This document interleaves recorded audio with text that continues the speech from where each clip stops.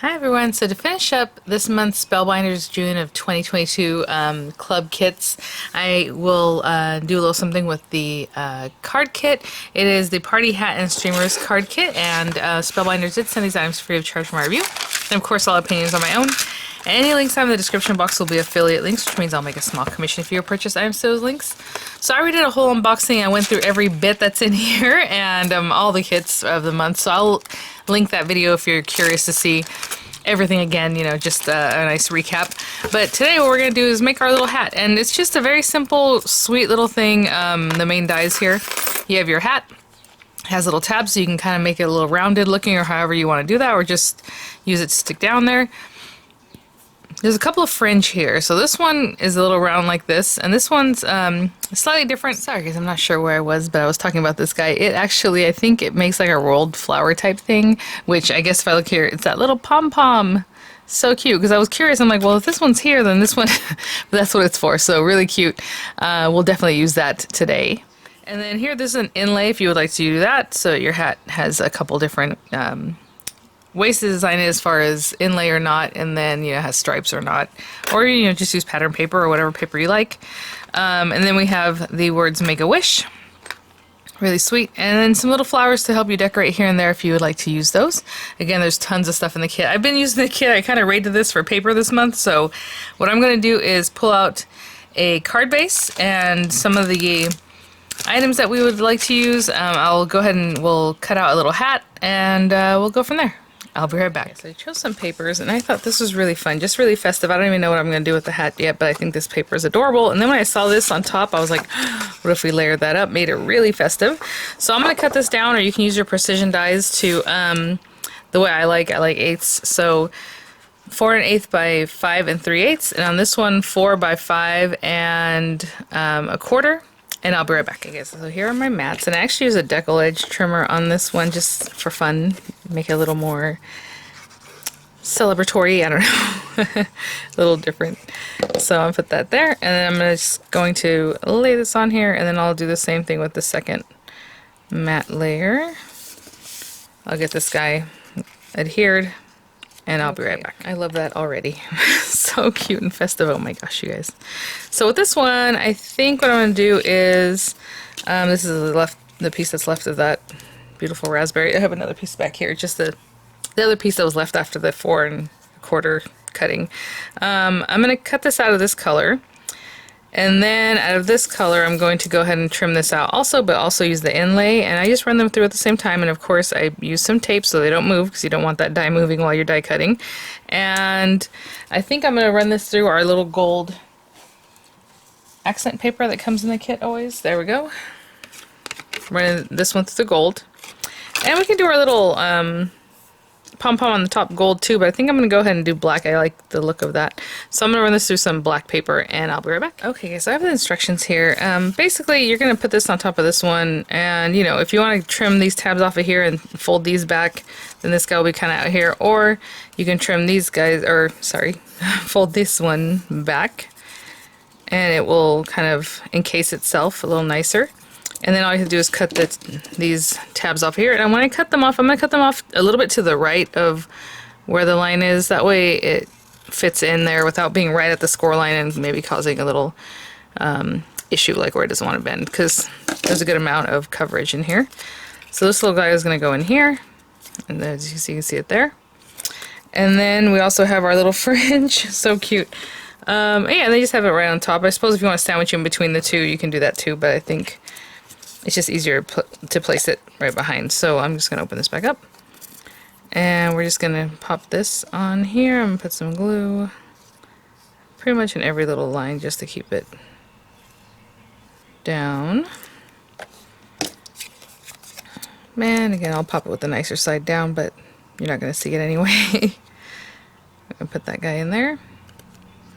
Really, I'm concerned with the top. There we go.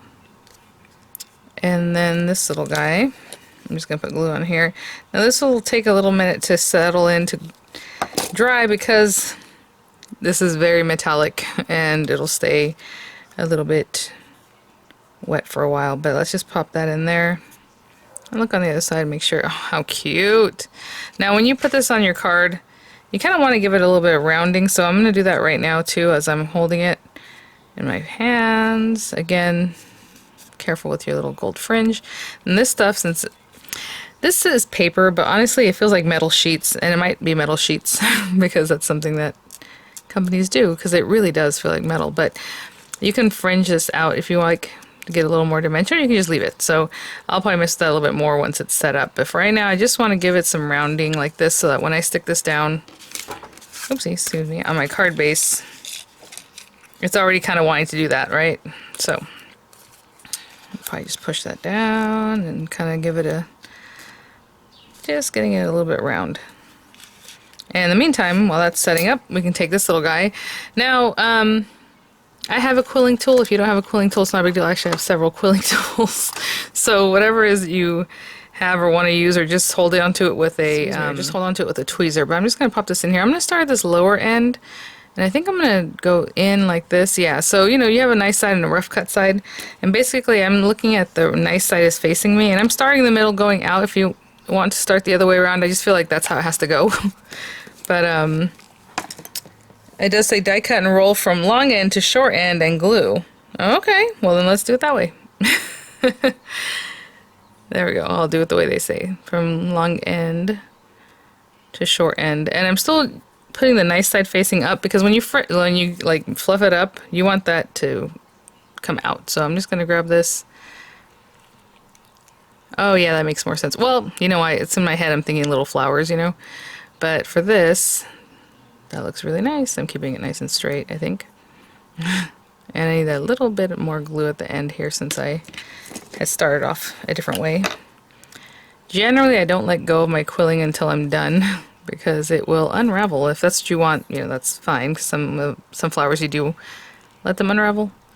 But for this, I think I want to keep it nice and tight. So I'm just going to hold on to this until I think it's set up. Look, yeah, it's like a little cone shape. Okay. So I'm going to give that a second longer. This glue doesn't take very long. And to be honest, I think I'm going to fluff it up while it's here, because that way I have something to hold it for me. So I'm just going to go through and just use my thumbnail, as you're seeing. Very technical, to pop this stuff out, okay? So I'm just going to go through maybe my whatever nails, okay? I'm just going to fluff, fluff, fluff until I can get in there. Pretty good. That is so cute. Oh my gosh, you guys.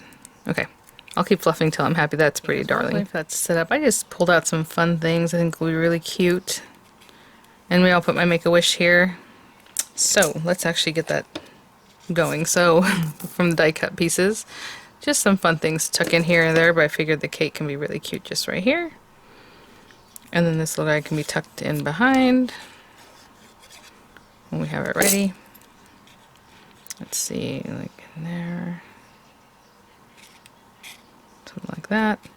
And look how cute. So there's always two of each die cut piece, so this definitely can take another one if you wanted to go one way and then bring the other one to go this way. Just have the one.